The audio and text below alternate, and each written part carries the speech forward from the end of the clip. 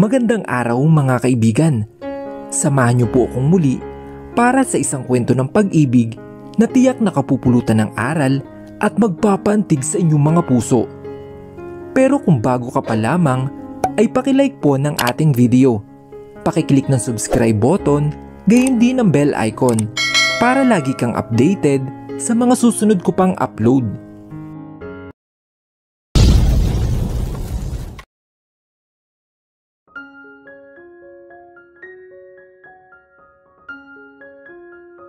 Nang nasa higaan na ako, ay nag-text agad si Mateo. Palipat-lipat ako ng posisyon sa paghihiga at pinipigilan ko ang sarili ko nang umiti. Tulog na ang anak ko sa aking tabi. Tanging screen lamang ng aking cellphone ang nagsilbing ilaw ko.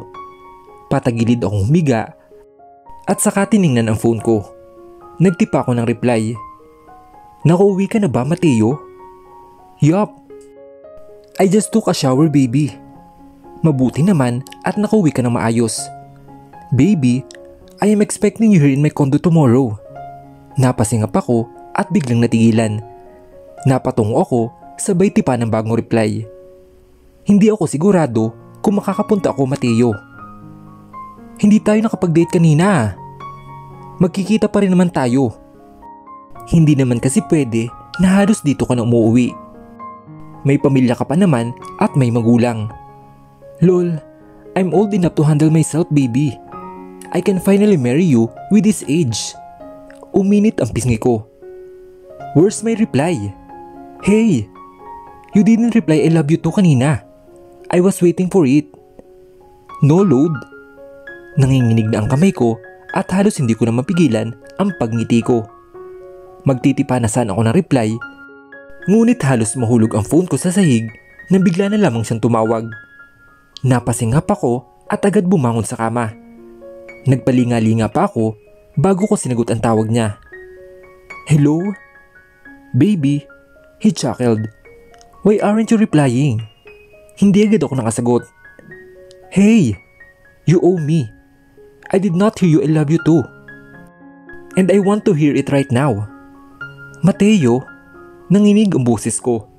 Ilang beses akong napalunok habang nakatingin sa kortina na nililipad ng kunting hangin galing sa electric pan. "Gabi na. At saka, say it." Maotoridad niyang sambit sa kabilang linya. Narinig ko pa ang pag-agos ng tubig. "Wait, nasa banyo ba siya?" "Mateo, nasa banyo ka ba?" Pag-iba ko ng topic.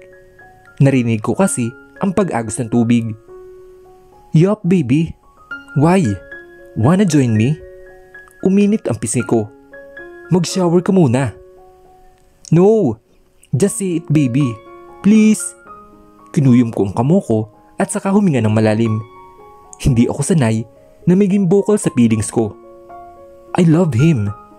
Tuluyin akong na-touch but not deeply. "I love you too." "Say it again, baby." Napasingap ako. "Ayoko na. I miss you in my bed, Trisha." He huskily said. "I am waiting for that moment again, baby." Hindi ako makapagsalita. Masyado siyang bukal at ako tong nahihiya. "Mateo, kaya dapat narito ka na sa kondo ko." Aniya sa akin. "Nakahanda na. I will give you address and passcode. Yaya Linda will take care of Elizabeth. I just want you for tomorrow." Sobra-sobra na itong nararamdaman ko. Lumunok ako ng malalim bago ako sumagot. "Sige na nga. Alright, sleep now. I love you both, you and Elizabeth. Good night, baby." "Good night," I said before he ended the call. Napangiti na lamang ako. Kinabukasan ay nagsimula nang nagbanggit si Elizabeth tungkol sa birthday niya. Gusto niya raw makasama si Mateo at iyon lang daw ang hiling niya. "Mommy, kapag birthday ko po, papuntahin natin dito si Daddy."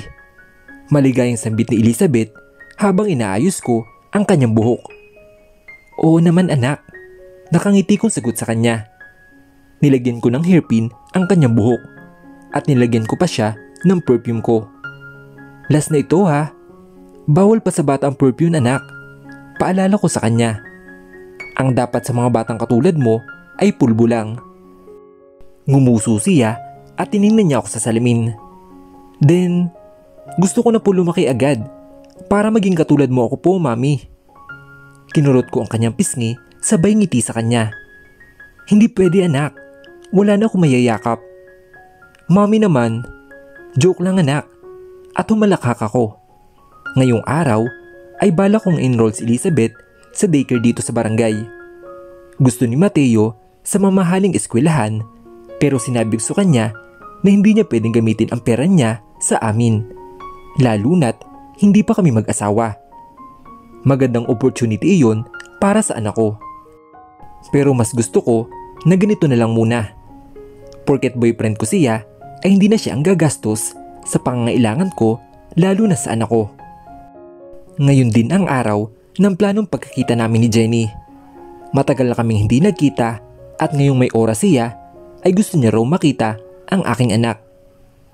Oh, aalis kayo? Nagugulat na tanong ni Nanay Flora nang akmang lalabas na kami sa bahay. Ngumiti ako sabay mahinang yugyog sa kamay ng anak ko. Opo, Nanay Flora. Susubukan ko pong ipa-enroll si Elizabeth sa daycare. Malapit na rin naman siya mag-4. Baka pwede na po. Tumango si Nanay Flora at nakangiting binalingan ng anak ko. Mabuti naman. Sigurado ako na lalaking matalino si Elizabeth. Ngumuso ang anak ko. Hindi kaya Lola Flora. Gusto ko lang po maging maganda katulad ni Mami. Napasingap ako at hindi makapaniwala na binilingan ang anak ko. Anak! Tumawa si Nanay Flora kaya inibaling ko ang atensyon sa kanya. Napakukulit talaga. Sige, mag-ingat kayong dalawa. Papanik na rin ako mamaya. Sige po. Ngumiti ako sa kanya bago ko marahang hinilang anak ko palabas ng bahay.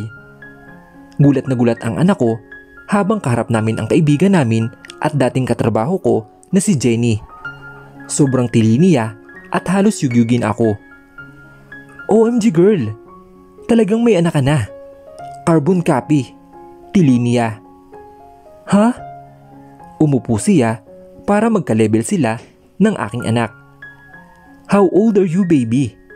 Malambing na tanong ni Jenny sa takang-taka na anak ko. Pinakita naman Elizabeth ang kanyang 3 daliri. I am 3 years old po. OMG! Ang cute at ang ganda mo. Tili niya. Thank you po. Binalingan naman niya ako. At ikaw ha? Ang blooming mo na girl. Aniya sabay siko sa akin. Gumaganda ka lalo. Anong meron? Napapansin ko pa noon na mahilig maniko itong si Jenny at masaya ako na magkita kami ulit. Kaya naman pala binasted. Aniya sa akin. Ikaw ba naman ang may ganito kagandang anak? Saka parang kamukha siya ni... Ngumuso si Jenny at nag-isip. Bigla akong kinabahan. Si Mateo naman ba? Huminga ako ng malalim. Sino? Umiling siya kalaunan. Mukhang hindi yata. Kumurap-kurap siya. Medyo nakalimutan ko na. Napalunok ako sa kanyang sinabi at biglang naisip si Mateo. Tutungo ako sa kondo niya ngayong gabi. Pero sa ngayon, ibibigay ko muna ang oras ko sa anak ko at kay Jenny. Pero hindi na bumisita si Mr. Wang ha, simula na nag-resign ka. Kwento ni Jenny habang hawak-hawak niya ang isang kamay ng anak ko. Papatungo kami sa mall ngayon. Wala naman kasing hindi malapit na mapagpasyalan. Saka isa pa, ito naman talaga ang gusto ni Jenny. May bagong trabaho ka na ba? Tanong ni Jenny sa akin. Umiling ako. Wala pa nga eh. Maghahanap pa ako. Ngumuso siya at binitawan niyang anak ko. Nakapasok na kami sa loob. Ako rin. Balak ko na rin maghanap ng bagong trabaho. Balak na kasing magpakasal ng boyfriend ko sa akin. Namilog ang mata ko sa pinakita niya sa akin na engagement ring. Ikakasal ako, Trisha. OMG! Ice cream. Napatalon sa gulat ang anak ko. Natawa ako at makulugan tiningnan ang dating katrabaho. I am happy for you. Masaya siyang umiti sa akin. Sana ay makadalo ka ha. Baka maaga kami magpakasal kasi inaasikaso na niya ang papeles namin. Pupunta kami sa ibang bansa. Sana all. Tili ko ulit. Masayang masaya ako para sa kanyang dalawa. I'm so happy for you, girl. Salamat. Mommy, ikakasal na po siya? Nakatingin lang tanong ni Elizabeth. Nasa gitna pa rin kami ng mall. Si Jenny na ang sumagot sa tanong niya sa amin. Yes, baby. Gusto mo bang maging flower girl? Nakangising tanong ni Jenny. Umawang ang labi ko. Mommy, what is flower girl? Natawa si Jenny. Nagdadala ng flower sa kasal ko. Ngumuso si Elizabeth at binalingan niya ako. Mommy, how about you and Daddy? Namula ang pisngi ko sa tanong ng anak ko at namilog ang mata ni Jenny. Binalingan niya ako. Hoy, Daddy? Napakurap-kurap siya. May daddy siya? Akala ko ba single mom ka? Hindi ko siya masagot dahil pulang-pula na talaga ako. I have a daddy and his name is Mateo. Sagot ng anak ko na ikinalaglag ng panga ni Jenny. Hoy, grabe. Tumili siya sabay palo sa braso ko. Napangiwi ako sa kanyang ginawa. Sabi ko na, kaya naman pala. Napatungo na lang ako at napangiti. OMG! Tili niya at pinisil niya ang mukha ng anak ko. Ang gwapo naman ng daddy mo. Baliw na yata sa mami mo. Bigla siyang sumeryoso. Hindi na ako masyado nagsalita dahil si Elizabeth na ang dumaldal. Habang naglalakad na kami ay halos madapa na ako sa pinagkukwento ng anak ko. He gave mommy flowers almost every day. Patuloy ni Elizabeth. OMG, talaga ba? Opo. He's also kind to me. He always buy me toys. Grabe na talaga. Makahulog ang nilungon ako ni Jenny. Parang dati lang, bisi-bisita lang sa restaurant na. Umirap ako sa kanya. He always kiss mommy. Elizabeth! OMG! Natawa na ng malakas si Jenny at inasar-asar na ako. Napatungo ako at napasilip sa phone ko na may ilang mensahe galing kay Mateo. Napangiti na lamang ako. Where are you? You are coming tonight? Agad ako nagtipa ng reply. Yes. Ginala ko muna si Elizabeth. Saka nagkita kami dalawa ni Jenny. Okay baby, enjoy your day. See you tonight. Kumalabog ang puso ko at biglang na-excite. Uy, pangiti-ngiti. Nag-text na ba sa'yo si Mateo? Agad kong binuls ang phone ko at napakagat sa labi. Halos hindi ko na mapipigilan ang ngiti ko dahil sa paulit-ulit na pang-asar ni Jenny sa akin. Kung hindi lang ako tinawag ng anak ko ay baka sobrang pula ko na. Tatapusin ko lang muna ang araw na ito dahil magkikita kami ni Mateo. Marami kaming pinuntahan. Namimili rin ng damit si Jenny. Nanibaguhan ako sa kanya. Mukhang sobrang saya niya at mahal na mahal talaga siya ng boyfriend niya. Pauwi na kami ng anak ko nang natanong ko ang kotse ni Mateo. Kumunot ang noo ko. Akala ko ba ay pupunta ako sa kondo niya. Mommy! Tinuro ni Elizabeth ang kotse ni Mateo. Kay Daddy Mateo po iyan, right? Nalilitong tumango ako at hinigpitan ang pagkahawak sa palapulsuhan ng anak ko. Mateo? Naguguluhan kong tawag sa kanyang pangalan nang nakita ko siya na nakatalikod sa amin. Nang humarap siya ay napasingap ako nang nakita ko na naman na may dala siyang bulaklak. Agad kumala si Elizabeth sa akin at saka tumakbo sabay yakap kay Mateo. Daddy! Bumilis ang tibok ng puso ko, lalo na nung umiti siya sa akin. Hinalikan niya si Elizabeth sa pisngi, saka kinarga niya ito. Daddy, you will give a mommy a flower again? Tumango si Mateo sabay lapit sa akin. Akala ko ba? I'm so sorry. He licked his lower lip. Hindi ko kaya. I can't wait to see you. Umirap ako. Ano naman ang gagawin mo rito? Nilagpasan ko siya at saka pumasok na sa loob. Nagmano ako kay Nanay Flora, sabay lapag sa mga pinamili sa upuan. Nilingon ko si Mateo na nakapasok na rin sa loob. Gabi na. Binaba niya si Elizabeth, sabay bigay si isang rosas na bulaklak sa akin. Seryoso na ang kanyang mata ngayon. Let's date, baby. Seryosong sambit niya. Let me take you to a date. How about Elizabeth? Tanong ko sa kanya. I already asked permission. She said yes. She said to please take good care of you. I bit my lower lip at umayos na lamang ng upo sa front seat. Napasingap ako nang hawakan niya ang kamay ko. Napalingon ako sa kanya at nakita ko ang pagngiti niya habang nasadan ang kanyang tingin. Ang isang kamay niya ay nakahawak sa manibela. In short, nasa kotse kami ngayon. Nagmamaneho siya patungo sa date namin. Simpleng damit lang ang suot ko dahil gabi naman ito. Sa totoo lang ay halo-halo ang nararamdaman ko ngayon. May excitement at kaba sa alin. Hindi ko may paliwanag. Humigpit ang hawak niya sa kamay ko at binilingan niya ako. Are you happy, baby? That I am with you today? Uminit ang pisngi ko sabay tango. Umiwas ako ng tingin sabay kagat sa labi. He chuckled. I miss you too, baby. I was able to finish my meeting. I have time with you again. Mabuti naman kung ganun. Sa totoo lang, hanggang ngayon, hindi pa rin ako makapaniwala na boyfriend ko na siya. Parang dati lang ay todo tanggi at iwas ko sa kanya. Ngayon, siya na nagpapatibok ng puso ko. Bumalik na ang tingin ni Mateo sa daan, pero nasa kanya pa rin ang aking tingin. Isang buwan pa lamang ang relasyon namin. Hindi ko pa talaga siya lubos na kilala at natatakot ako. May takot sa akin. Hindi naman iyon maiiwasan, lalo na at overthinker ako. Mapapaisip ako ng mga negative side ng relasyon. Kung siya na talaga dahil ayoko na magpapasok ng lalaki sa buhay ko.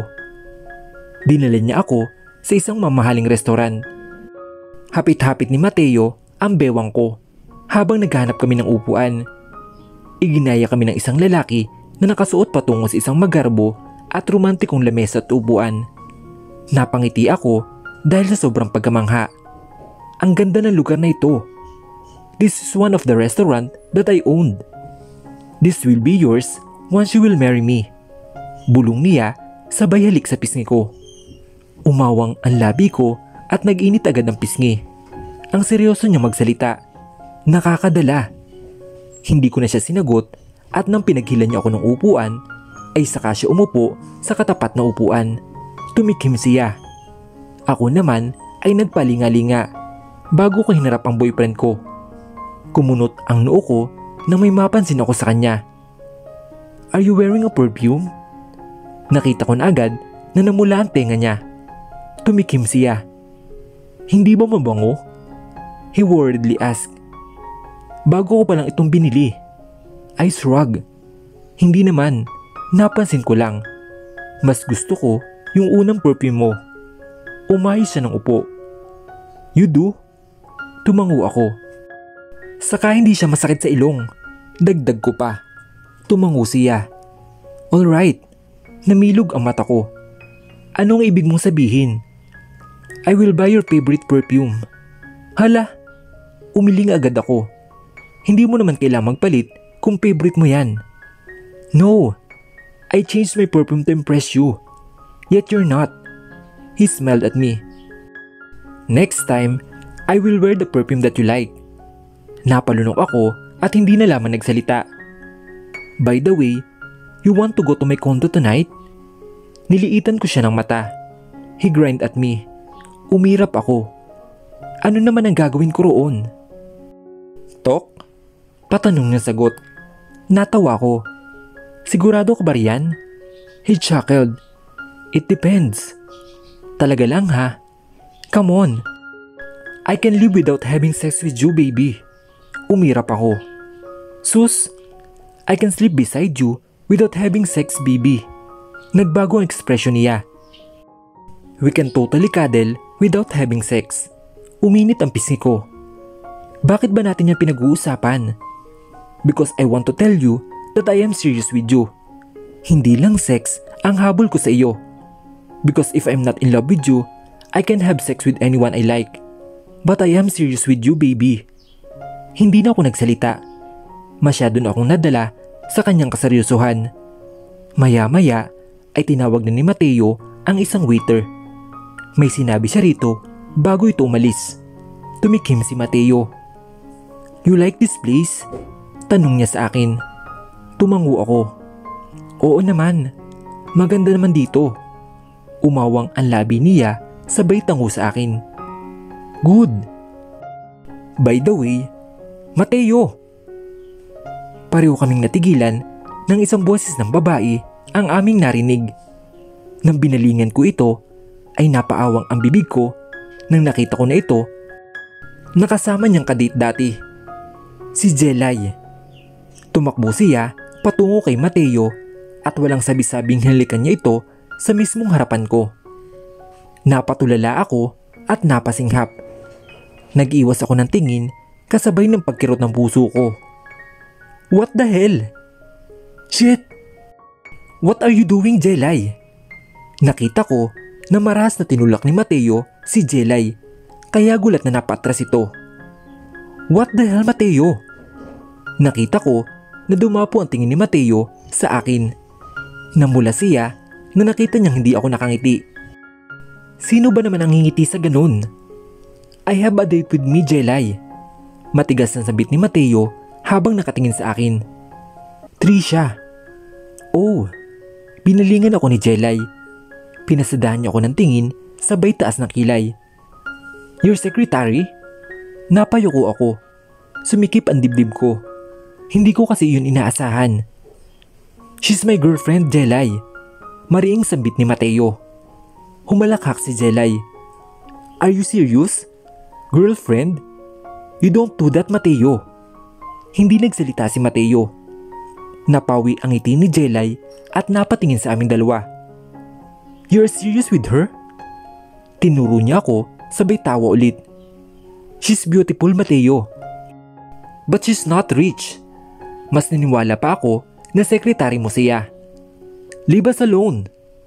Nagulat kami pareho dahil sa galit at malalim na boses ni Mateo. Hindi makapagsalita si Jelay. She's my girlfriend. We're dating. Napatras si Jelay. Leave us alone or else I'm going to take you out in here. Tulala na ako na nakalis ng babaeng iyon. I was shocked. I felt disrespected. Anong klaseng babae iyon? Napalunok ako. Bigla akong kinakabahan para sa aking sarili at para sa anak ko. Hindi siguro yun basta-basta na babae lang at naniniwala ako. How come she can freely kiss him like that? Ako nga, nahihiya ako na makipag-holdingan sa kanya kahit boyfriend ko naman siya. Talaga bang girlfriend niya ako? O baka naman iyon ang totoong girlfriend niya? Suminghap ako at napayuko. Trisha, napalunok ako lalo. That kiss was nothing, sabi niya sa akin. She didn't know that I have a girlfriend. Kinagat ko ang labi ko at nagangat ng tingin sa kanya. Nakita ko na namutla siya. Ano ba kasi ang ini-expect niya? Na okay lang sa akin? Siyempre, wala na akong kakayahang umiti ngayon.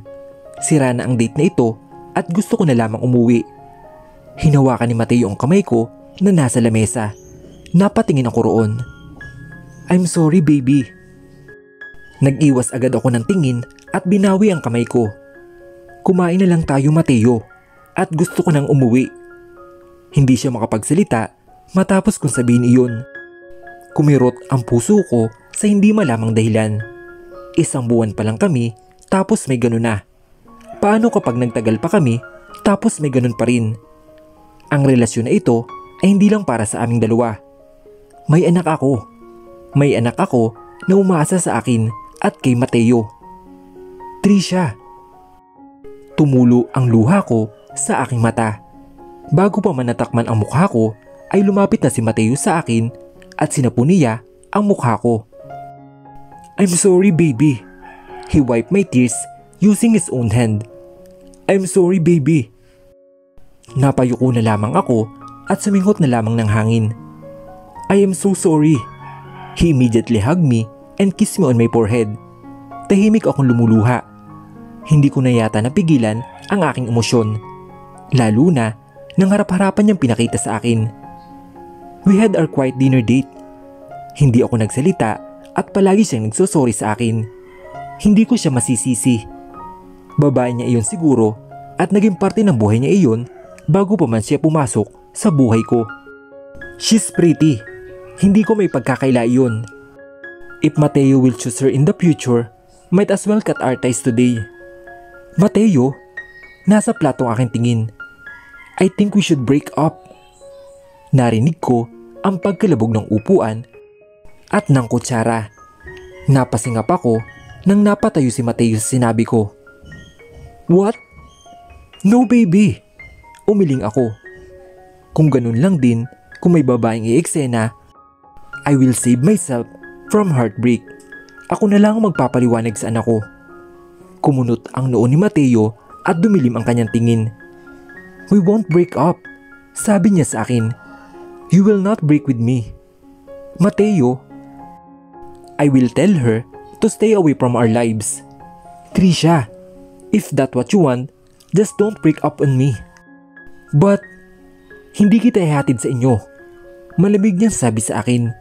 Kumirot ang puso ko. Okay lang.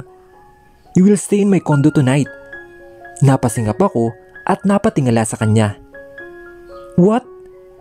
Inilagay niya ang kanyang magkabilang kamay sa edge ng lamesa.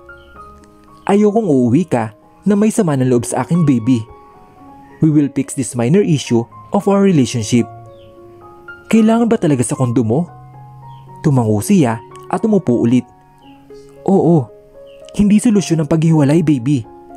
I won't let that happen too. I will still chase you even if you will try to run away from me. Natahimik ako. Tama nga naman siya. Hindi porket nasaksihan ko iyon ay hihiwalayin ko na agad. Pagkatapos namin mag-dinner ay dumiretso na kami sa kondo niya. Hawak-hawak niya ang braso ko habang nakasakay kami sa elevator at hindi ako umiimik. Marami akong iniisip. Ang anak ko, ang babaeng iyon at ang relasyon namin ni Mateo. Hindi ako mangangarap na ipakilala niya ako sa magulang niya. Ayoko rin. Nakakatakot. Welcome to my condo unit, baby. Binuksan niya ang ilaw. Umawang ang labi ko at mangha-mangha na nagpalingalinga sa paligid. Halos bago lahat ng mga gamit at puti halos ang pintura. Sobrang linis dito. Dinadala mo ba ang mga babae mo rito? Una kong tanong na nakaapa ko sa karpete na sahig. No! Ngumuso siya. You will be the first one. Lumapit siya sa akin saka naglad siya ng kamay. Take my hand. Ngumuso ako. Bakit ko naman gagawin iyon? Since our dinner date was ruined, we will continue our date here. Umawang ang labi ko. We will watch a movie, baby. Biglang nawala ang inis ko sa kaniya. Talaga? He smiled at me. Yup.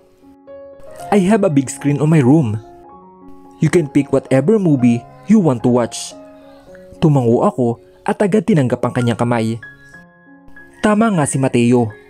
Ang kanyang kwarto ay may flat screen TV. Para na siyang minisinihan. Pinaharam niya ako ng pajama at saka t-shirt. Pareho na kaming nakaupo sa kama habang nakasandal ang ulo ko sa kanyang balikat.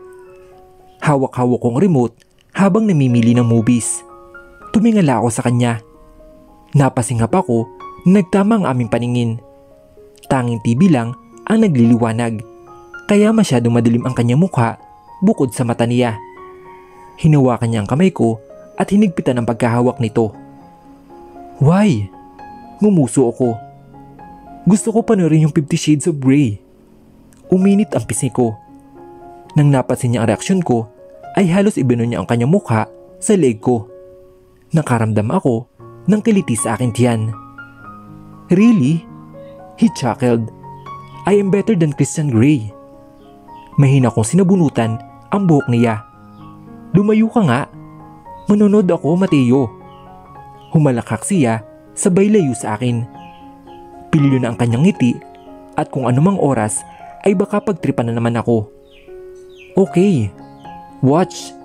Hihiga lang ako saglit. Just wake me up if you need something. Napatitig ako sa kanya saglit bago tumango. He smiled and kissed my cheek before he positioned himself to sleep. Tutulog ka na talaga? Saglit lang. Tumango ako at saka humarap na sa TV. Naramdaman ko ang pagsalikop niya sa kamay namin. Naibaling ko saglit ang tingin ko sa kanya. He kissed the back of my hand. I love you, baby.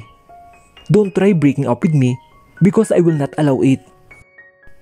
Malawak at maganda ang kwarto ni Mateo. Pwede nang lagyan ng sala at kusina sa sobrang lawak. Tahimik akong nanonood habang natutulog si Mateo sa aking tabi. Hawak-hawak niya ang kamay ko nang nakatulog siya. Maamo ang kanyang mukha kapag natutulog at para siyang bata. Iyon ang hindi ko inaasahan sa kanya, lalo na at sexually active siya. At ngayon, walang nangyari sa amin kahit noong una ay inaasahan ko na. Siguro dahil nag-aaway kami. Hindi ko na tinapos ang aking pinanonood at inop ko na lang ang TV. Maingat ko na hinila ang kamay ko mula kay Mateo at saka unti-unting ibinaba ang paa sa carpeted na sahig. Sinulyapon ko saglit si Mateo bago ko tuluyang lumabas ng kanyang kwarto.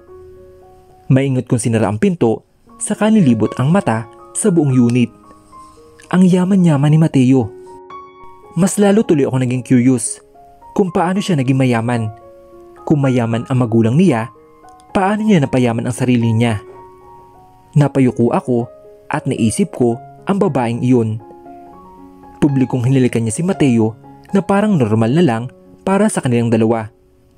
Natatakot ako na baka ako pala itong pangalawa. Pero harap-harapan niya naman sinabi sa babaeng iyon na ako ang girlfriend niya. Bumuntong hininga ako at saka umupo sa sala. Hawak-hawak ang phone ko at nagdadalawang isip ako kung tatawagan ko ba si Michelle o hindi na. Gusto ko lang ng kausap. Gusto kong marinig ang advice niya. Dahil mahina ako. Marami akong kinatatakutan. I need to be strong. Hindi dapat ganito. Hindi dapat bibitiw agad.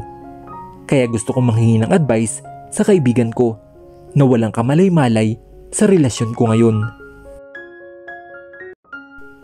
May boyfriend ka na, Trisha? Napapikit ako dahil sa lakas ng kanyang boses.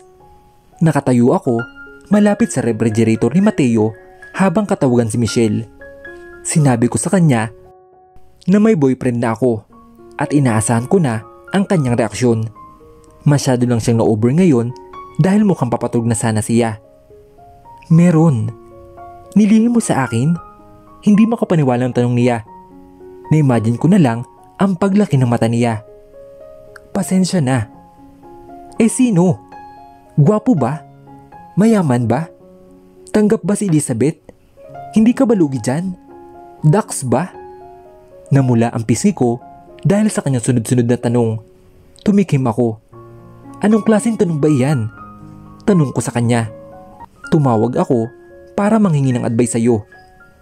Who's the lucky guy who lifted up your panties ba? Michelle. Humalakak siya sa kabilang linya. Just kidding. But I am serious. Who's that guy? Ayaw mo makipagrelasyon, right? At okay lang kay Elizabeth? Oo. She likes him a lot.